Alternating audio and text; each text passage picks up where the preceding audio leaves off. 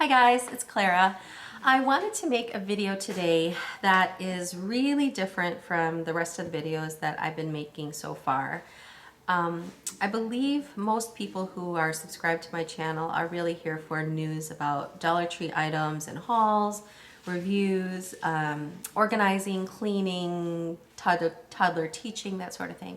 So if you're here for that, I apologize because this video does not have anything to do with any of those things. I really kind of just wanted to talk and maybe get some advice, maybe get some feedback about some stuff. So if you're here for those other things, do click off if you would like. I will not be offended.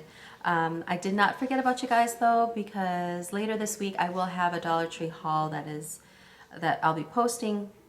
I did finally find a ton of the Essie nail strips. I'm not trying to tease you or anything, so I won't be going through that right now.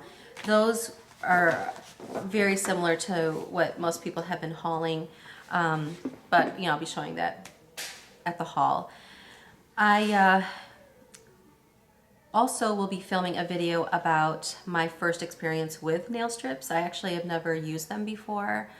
I have been getting some advice from Ms. Shorty22, who is a fantastic nail guru on here, super creative. You really should check her out. I'll link her below. And also from Deb Anderson, who is, I think she's a makeup guru. I don't think she calls herself that, but she's just gorgeous and amazing. So I'll follow any advice she gives me. So in preparation for that video, I'm going to be kind of cleaning up my nails while we talk for a little bit. This is one of the simple colors, and then just a little bit of glitters from Marisol. Soapy Wax World had given me some glitters. So I'm gonna just go ahead and clean up the nails using a few standard items. You know, these are those nail polish remover pads that leave that bit of oil residue, which I actually kind of like because I feel like it conditions my nails and my cuticles. And then I'll be applying a base coat from Sinful Colors. Always, this is my go-to tool.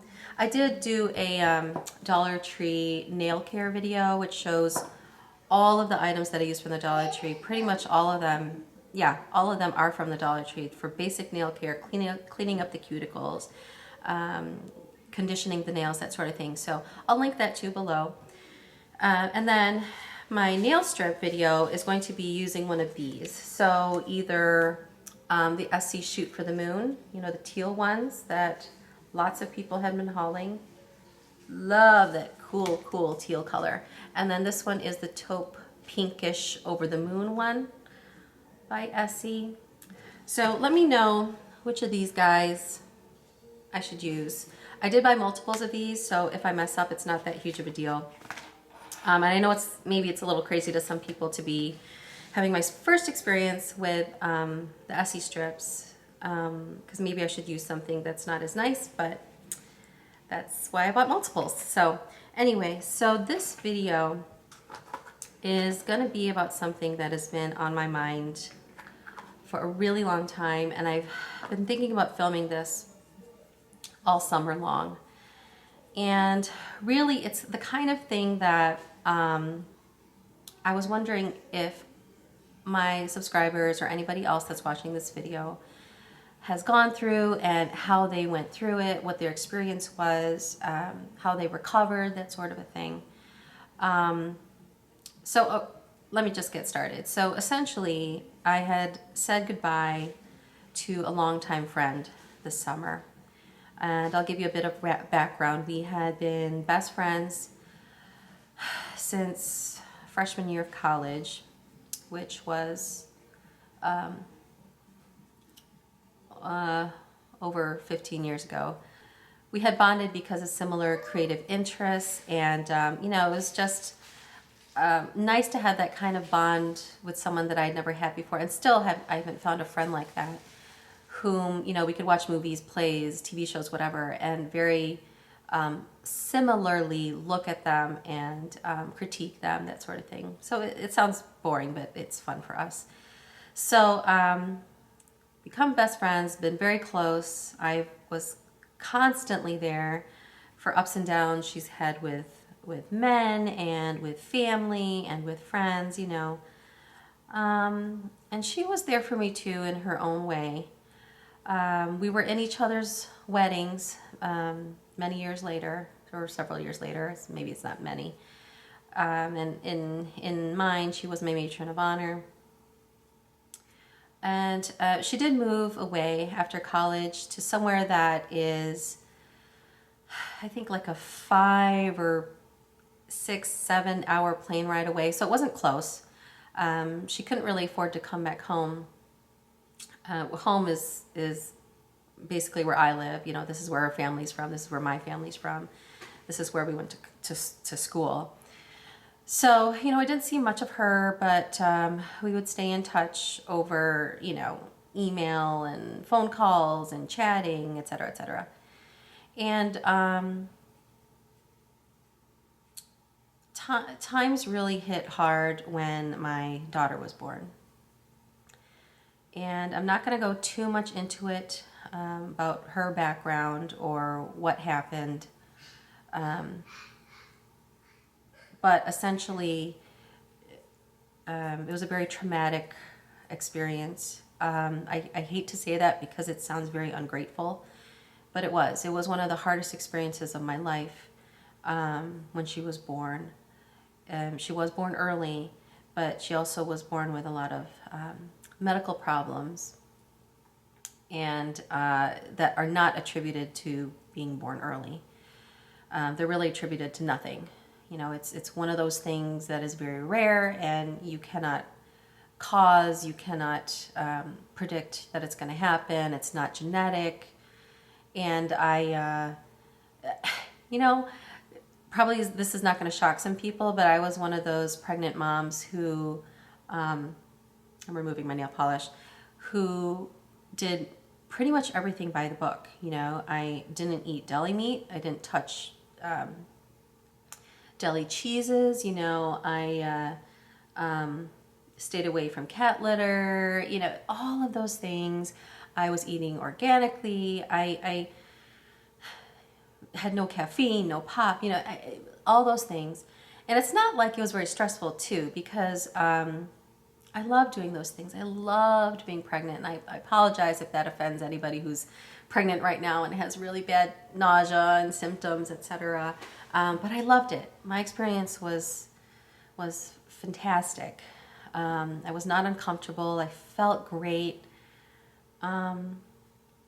But yeah, still, even if you do everything supposedly right, things can happen.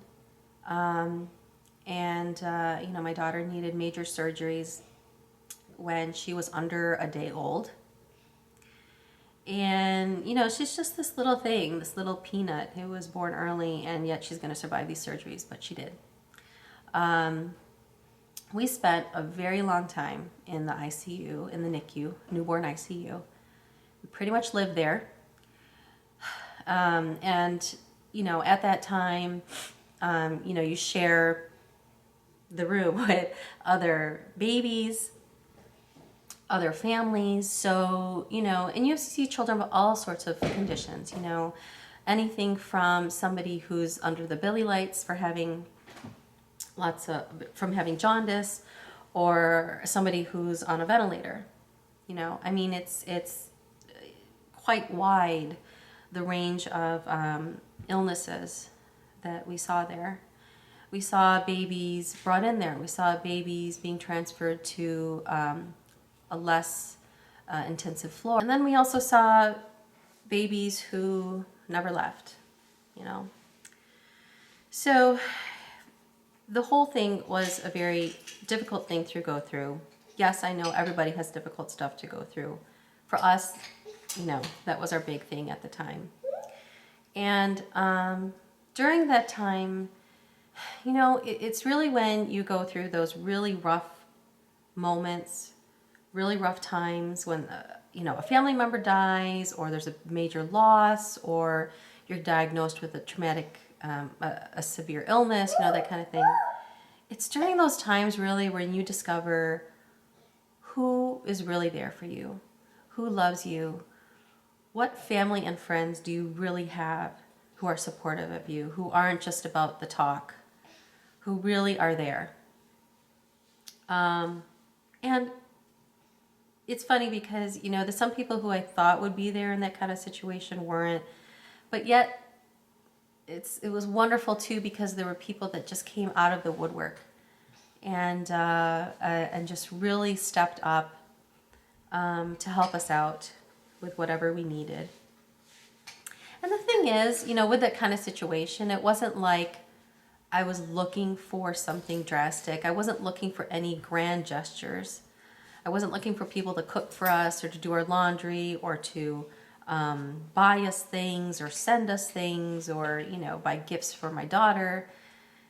It really wasn't about that. All I really, really wanted was for people to let us know that they were thinking of us, that they were there for us.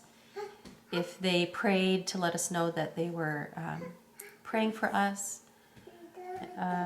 really for my daughter.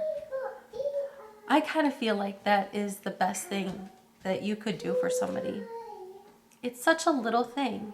And nowadays with social media, you know, with Facebook, with email, with texting, it's so easy to do.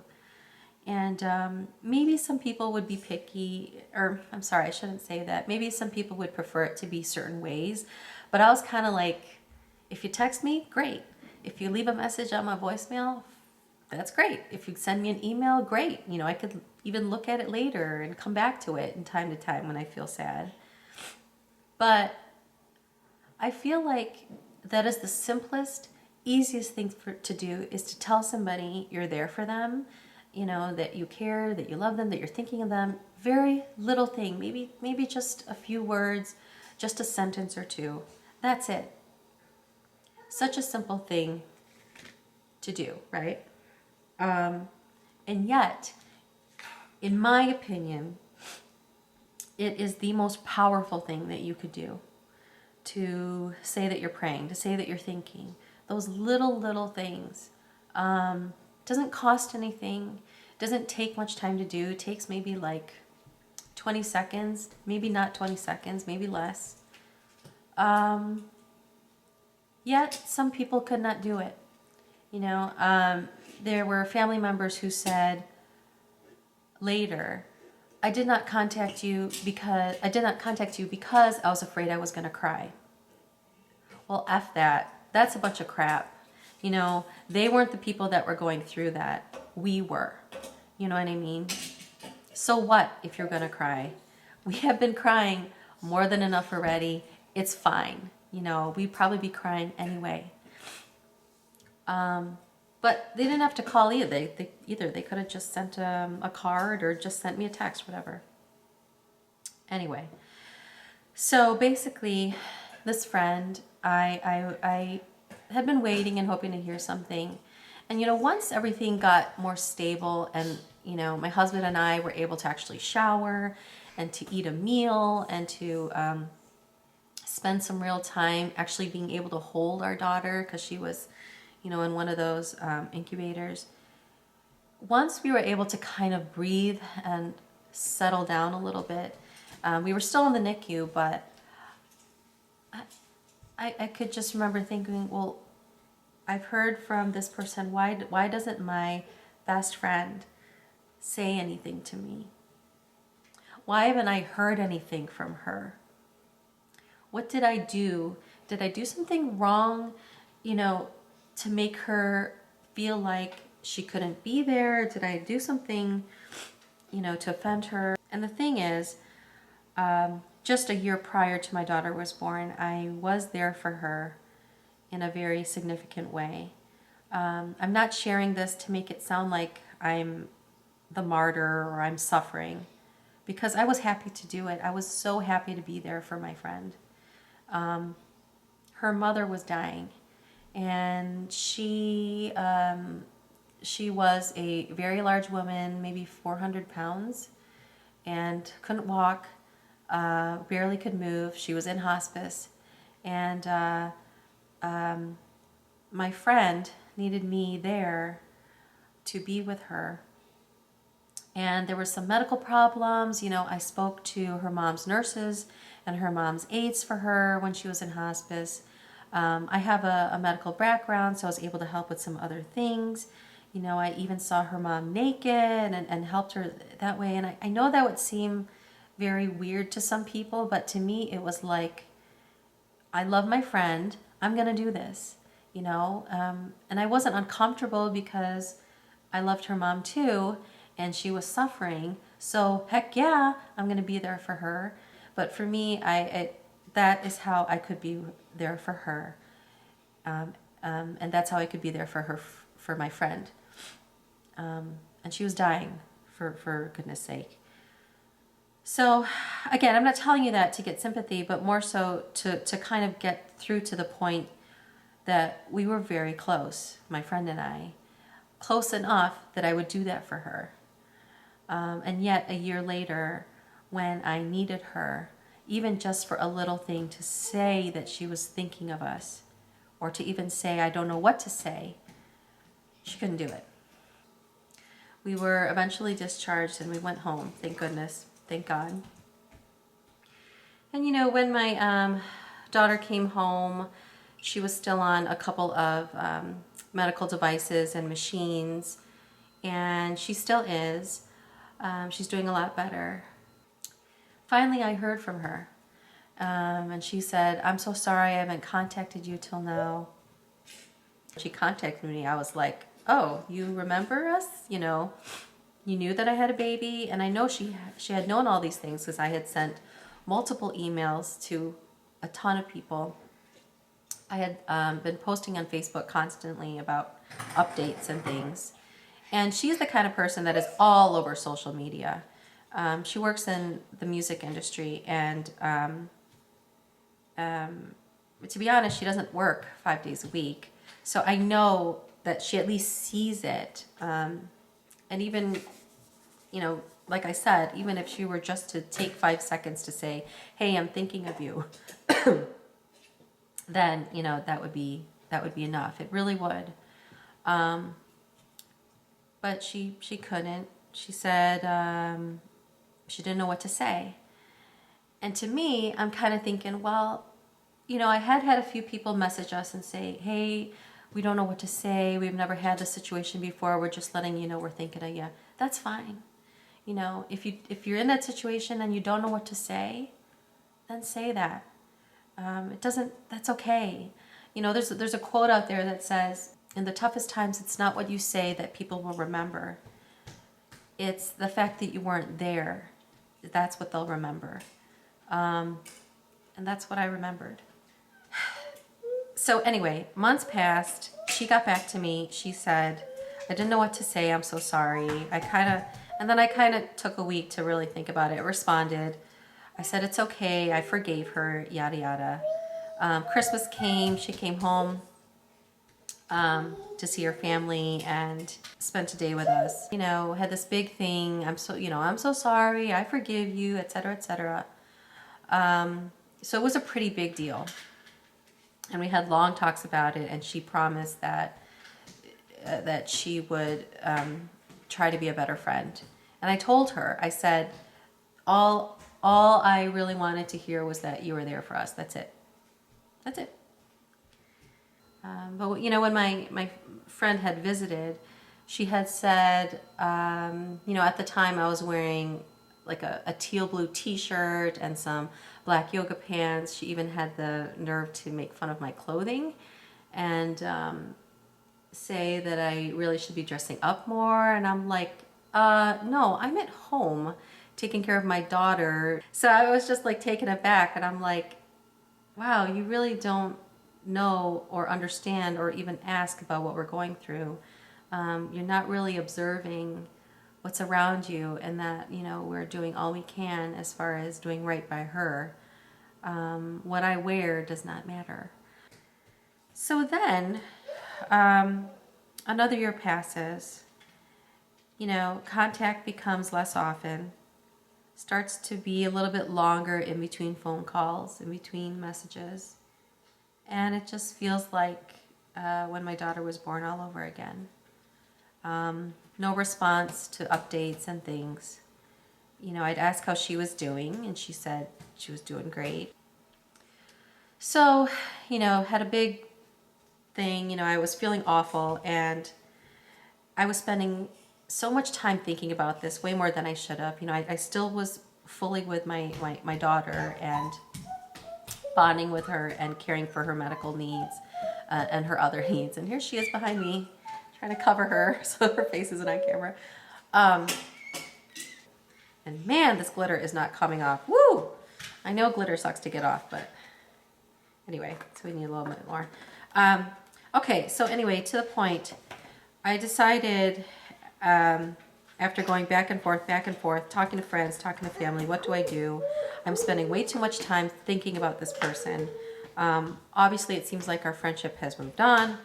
This is no longer beneficial to me. It is bringing me down. I am not a happy person. I need to surround myself with positive people, with people who are not toxic, So after a long to-do, after waiting way too friggin' long, I decided to say goodbye.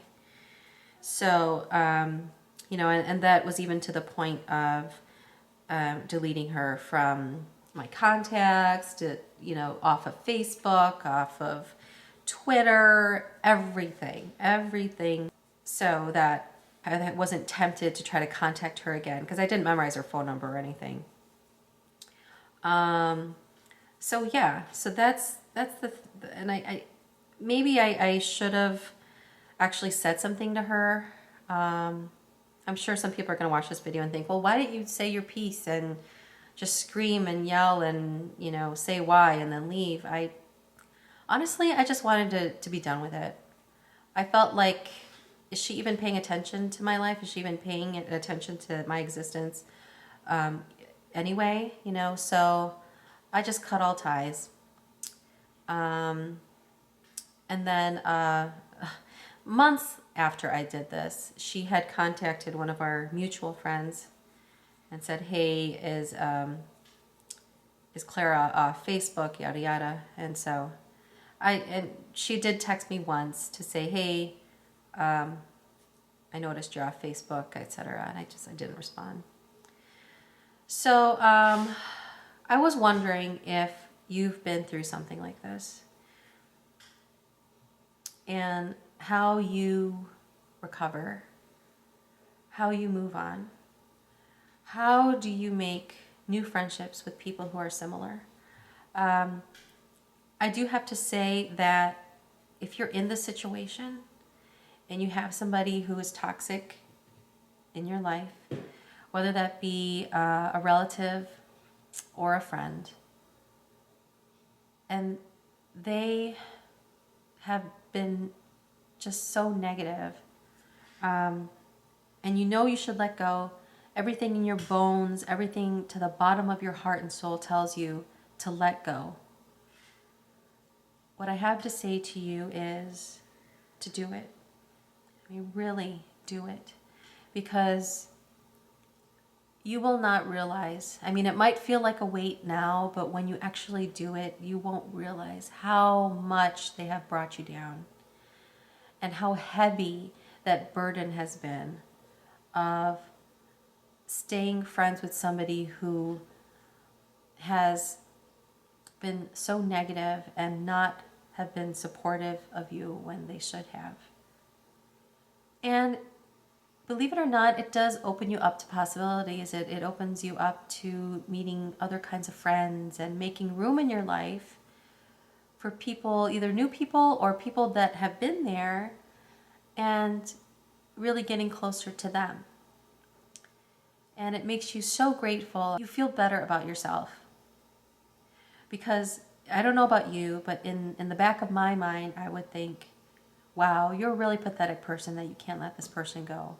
There's other people in your life, and just because you have this history together of being there for each other, that you shouldn't let go.